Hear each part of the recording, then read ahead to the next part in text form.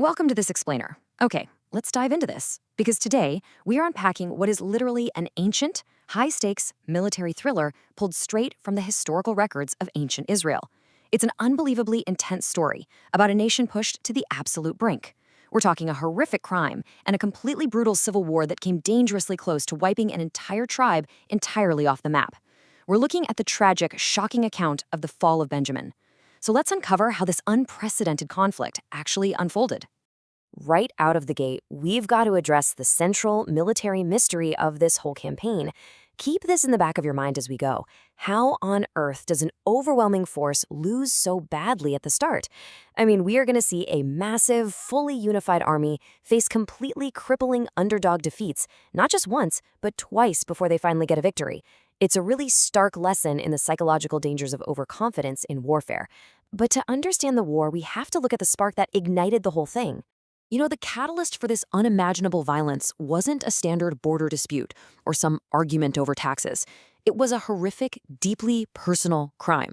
A Levite man and his concubine were traveling, right? And they stopped to lodge in the Benjamite city of Gibeah. Well, that night, the men of Gibeah actually surrounded the house, intending to attack the Levite. Instead, they brutally attacked and abused his concubine throughout the entire night, leaving her dead at the doorstep by morning. It was just a staggering act of wickedness that demanded an immediate answer. Now, what's really interesting about this is how visceral the response was. To say the Levite's reaction was extreme is, well, it's a huge understatement. He used a horrifying method to summon the tribes of Israel. By actually cutting her into pieces and sending them throughout the entire territory, he bypassed standard diplomacy completely. He basically forced the whole nation to look directly at the atrocity. He didn't just ask for justice, he demanded it, with a shock factor that made it absolutely impossible for anyone to ignore.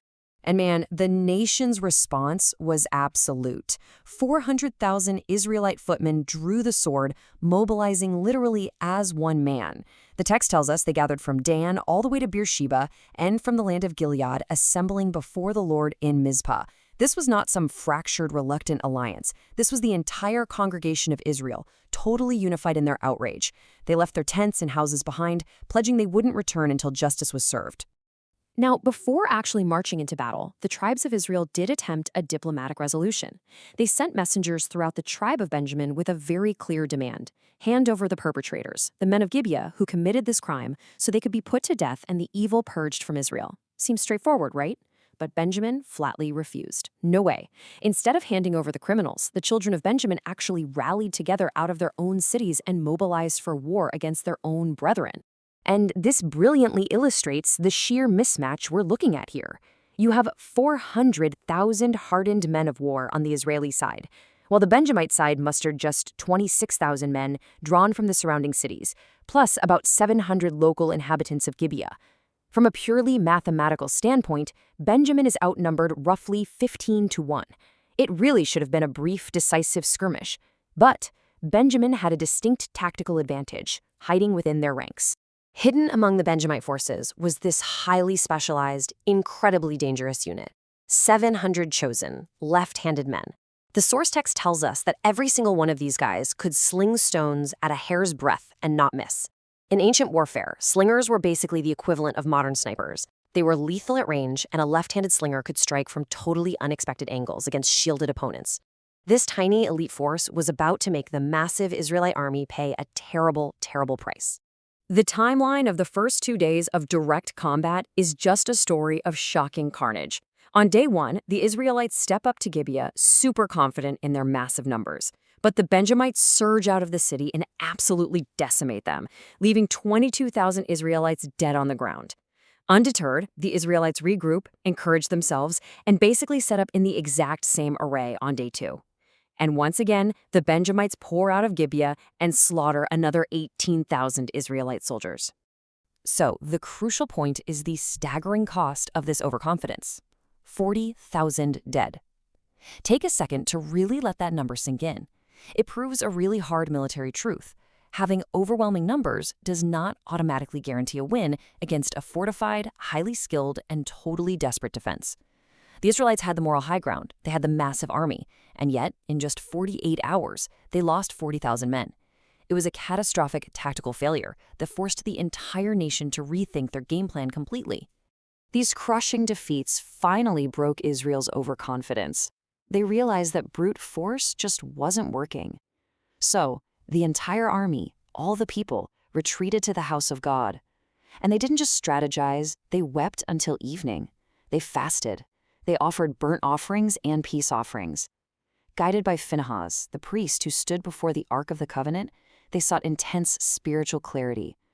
They asked the Lord a simple but desperate question. Should we keep fighting our brother Benjamin or should we stop? And the answer they received was clear and totally final. Go up, for tomorrow I will deliver them into thine hand. This divine assurance completely shifted the psychological landscape of the Israelite camp. I mean, they had been thoroughly beaten for 2 days straight. But this promise prompted them to return to the battlefield on the third day with totally renewed confidence. But this time, they weren't just going to line up and blindly charge the city gates. They were going to use strategy. Let's move to and see how this builds tactically, because this newfound confidence translates into one of the most classic maneuvers in military history. Instead of a frontal assault, Israel executed a brilliant false retreat. Step 1. They placed 10,000 chosen men in hiding, liars in wait, in the meadows around Gibeah. Step 2. The main Israelite force approached. But when the Benjamites attacked, Israel turned and pretended to flee down the highways. Step 3. The overconfident Benjamites, thinking they're winning just like the first 2 days, aggressively pursued them, drawing their entire army far away from the safety of their city walls.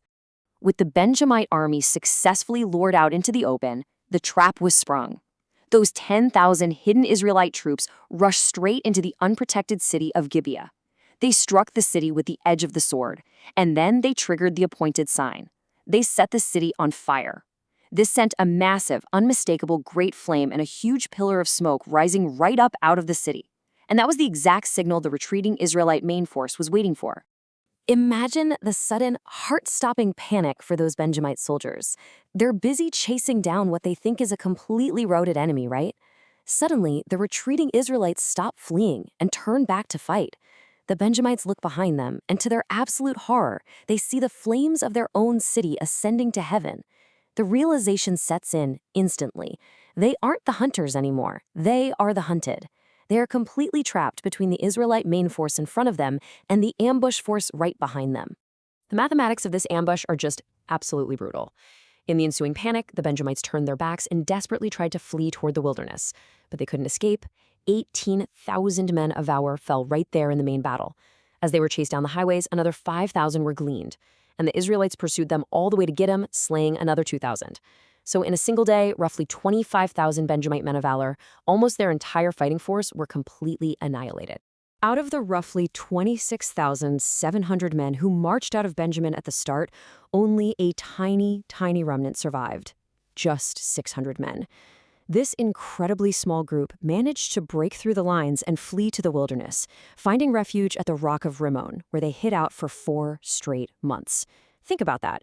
Those 600 men were quite literally all that was left of the entire tribe of Benjamin's defense force. But the retribution didn't end on the battlefield.